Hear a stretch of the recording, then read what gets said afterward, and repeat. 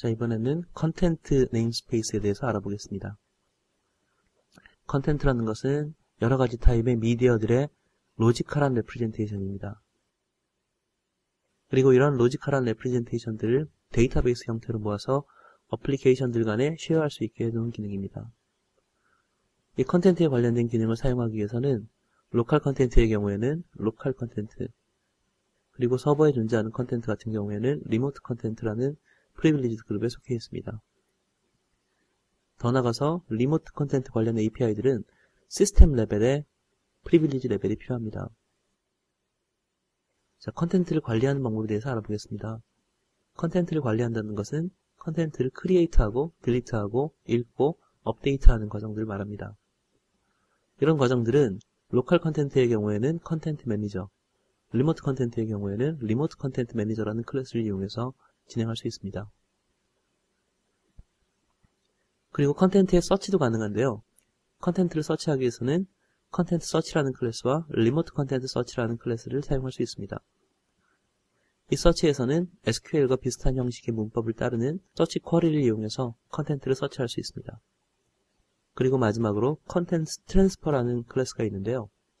이 컨텐트 트랜스퍼 클래스는 컨텐트를 서버로 업로딩하거나 컨텐트를 서버로부터 다운로딩하기 위해 사용됩니다. 자, 먼저 로컬 컨텐트에 대한 말씀을 드리겠습니다. 로컬 컨텐트는 컨텐트 인포메이션이라는 걸 가지고 있는데요. 컨텐트 인포메이션에는 클래시피케이션, 즉 카테고리나 타입, 키워드, 포맷에 관련된 정보가 들어있고요. 베이직 인포메이션으로는 name, size, description, author, date, time 등등이 저장되어 있습니다. 그리고 추가적으로 로케이션 태그라든지 코디네이트, 프로바이더, 레이팅, 썸네일 같은 정보를 추가할 수 있습니다. 그리고 컨텐트 타입에 따라서 각각의 컨텐트 타입들은 자신만의 독특한 정보를 저장할 수 있는데요. 예를 들어서 이미지 컨텐트 같은 경우에는 이미지 컨텐트 인포라는 클래스에 width와 height, 타이틀 등을 가질 수 있습니다.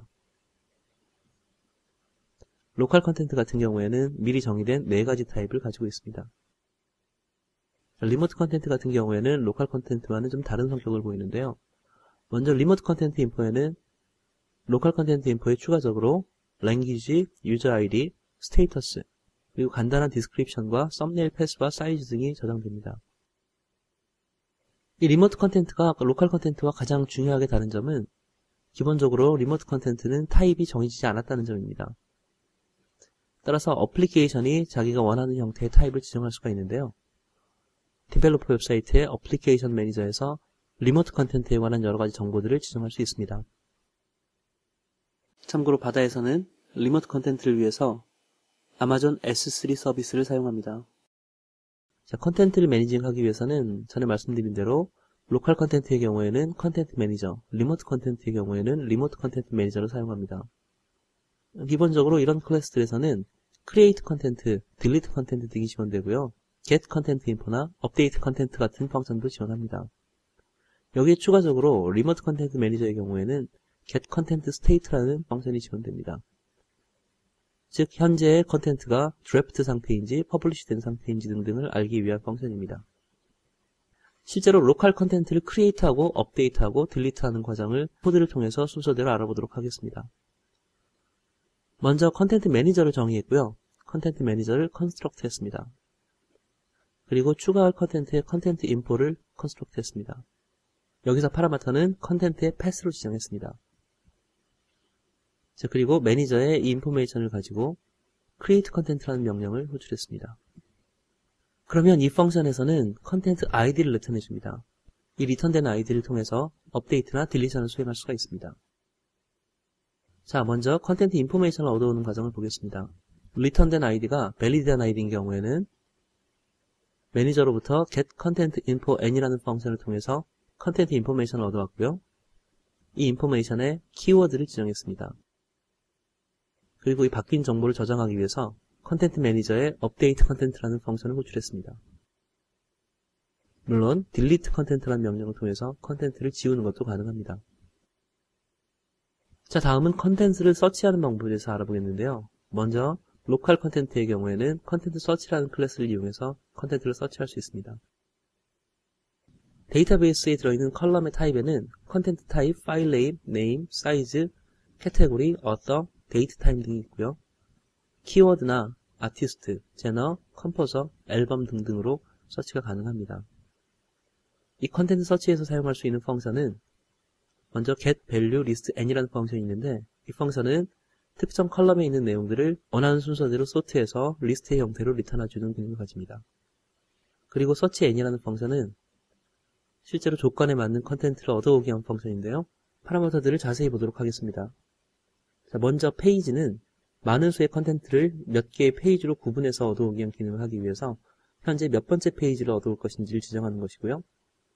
count per 페이지는 페이지당 아이템 개수, total 페이지는 리턴 값으로 토탈 몇 개의 페이지가 있는지, total count는 전체 아이템의 개수를 몇 개인지 얻어오기 위한 부분이고요. 그리고 where expression은 실제로 쿼리하기 위한 쿼리 커맨드입니다.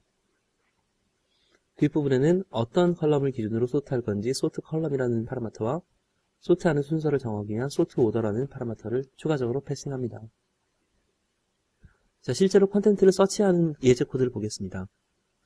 먼저 컨텐츠를 서치하기 위해서는 컨텐츠 서치라는 클래스의 인스턴스를 만들었고요. 컨텐츠 타입을 오디오로 세팅해서 컨스트럭트 했습니다. 자, 이것은 오디오 타입을 가진 컨텐츠를 서치하겠다는 얘기겠죠. 그리고 페이지 넘버는 1번, 카운트 퍼 페이지는 5로 결정했습니다. 이 말은 페이지당 5개씩의 아이템을 얻어오겠다는 얘기고요. 그 중에서 1번째 페이지에 있는 데이터를 얻어오겠다는 뜻입니다. 그리고 search n이라는 펑션을 수행하면 토탈 페이지와 토탈 카운트의 값이 돌아오게 되고요.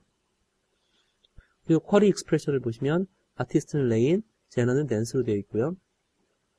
소트하기 위한 컬럼은 릴리즈 이어입니다. 그리고 소트 순서는 디세싱으로 소트하도록 지정했습니다.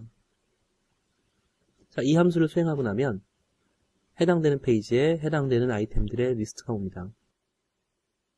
이 리스트는 search result 오브젝트들을 가지고 있고요. 이 오브젝트들을 이용해서 컨텐츠를 액세스할 수 있습니다. 자, 다음은 컨텐츠를 서버로 보내거나 서버에서 받기 위해서 트랜스퍼하는 과정에 대해서 알아보겠습니다. 기본적으로 컨텐츠가 트랜스퍼 되는 과정은 어싱크로너스하게 진행됩니다. 따라서 iContent Transfer Listener라는 리스너 오브젝트를 사용해서 어싱크로너스하게 진행되는데요. 실제 컨텐츠 트랜스퍼의 펑션으로는 다운로드, 다운로드 투 버퍼, 업로드 등이 있습니다. 이런 컨텐츠 트랜스퍼 기능을 사용하기 위해서는 컨텐츠 트랜스퍼 프리빌리지가 필요합니다.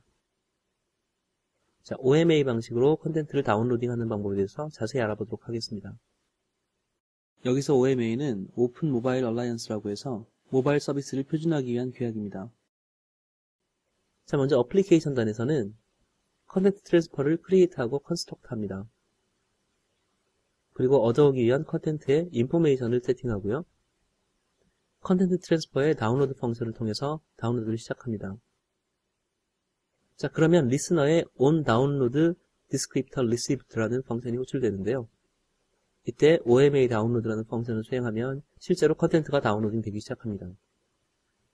그리고 onContentTransferInProgress라는 펑션은 주기적으로 다운로드 양에 따라서 얼만큼 다운로드 되었는지를 알려주기 위한 노티피케이션 펑션이고요. 최종적으로 컨텐츠가 트랜스퍼가 완료되면 onContentTransferCompleted라는 펑션이 호출됩니다. 자, 실제 예를 보면서 다시 한번 말씀드리겠습니다. 이 예제에서는 미리 가지고 있는 리모트 컨텐츠 인포메이션에 해당되는 컨텐츠를 디바이스로 다운로딩하기 위한 펑션입니다. 자, 내용을 보시면 자, 먼저 컨텐츠 트랜스퍼를 컨스트럭트 했는데요. 이때 파라미터는 리스너 오브젝트입니다. 그리고 리모트 컨텐츠 인포로부터 컨텐츠의 패스와 컨텐츠의 사이즈를 얻어왔습니다. 그리고 이런 정보들을 이용해서 컨텐츠 트랜스퍼의 다운로드 펑션을 호출했는데요. 여기서 다운로드 패스는 컨텐츠가 저장될 로컬 패스를 지정하는 것입니다. 그러고 나면 리스너 오브젝트의 onDownload descriptor received라는 펑션이 호출되는데요. 이때는 리퀘스트 아이디와 다운로드 디스크립터라는 것이 전달됩니다. 이 디스크립터를 이용해서 OMA 다운로드 펑션을 호출하면 실제로 컨텐츠가 다운로드 되게 됩니다. 그리고 컨텐츠가 완전히 다운로드가 된 경우에는 onContentDownloadCompleted라는 펑션이 호출됩니다. 자, 컨텐츠를 업로드하는 경우에는 컨텐츠 트랜스퍼에 업로드라는 펑션을 사용하는데요. 이때 첫 번째 파라미터는 로컬 컨텐츠의 패스, 두 번째 파라미터는 서버 상에 있는 패스가 됩니다. 그리고 서버의 URI를 지정해줘야 됩니다. 자, 이 펑션을 통해서 컨텐트가 업로드되고 최종적으로 업로드에 성공하면 리스너 오브젝트의 onContentTransferComplete라는 펑션이 불리게 됩니다. 자, 컨텐트에 대해서 정리하도록 하겠습니다. 컨텐트 네임스페이스에서는 컨텐트 데이터베이스를 액세스하기 위한 각종 펑션이 지원됩니다. 특히 이 컨텐트는 디바이스에 있는 컨텐트와 서버에 있는 컨텐트로 나누어서 사용되고요. 이 컨텐트 데이터베이스 속에서 컨텐트를 서치하는 것이 가능합니다. 그리고 컨텐트 트랜스퍼 클래스를 이용해서 서버에 있는 컨텐트를 다운로드하거나 서버로 컨텐트를 업로드하는 것이 가능합니다.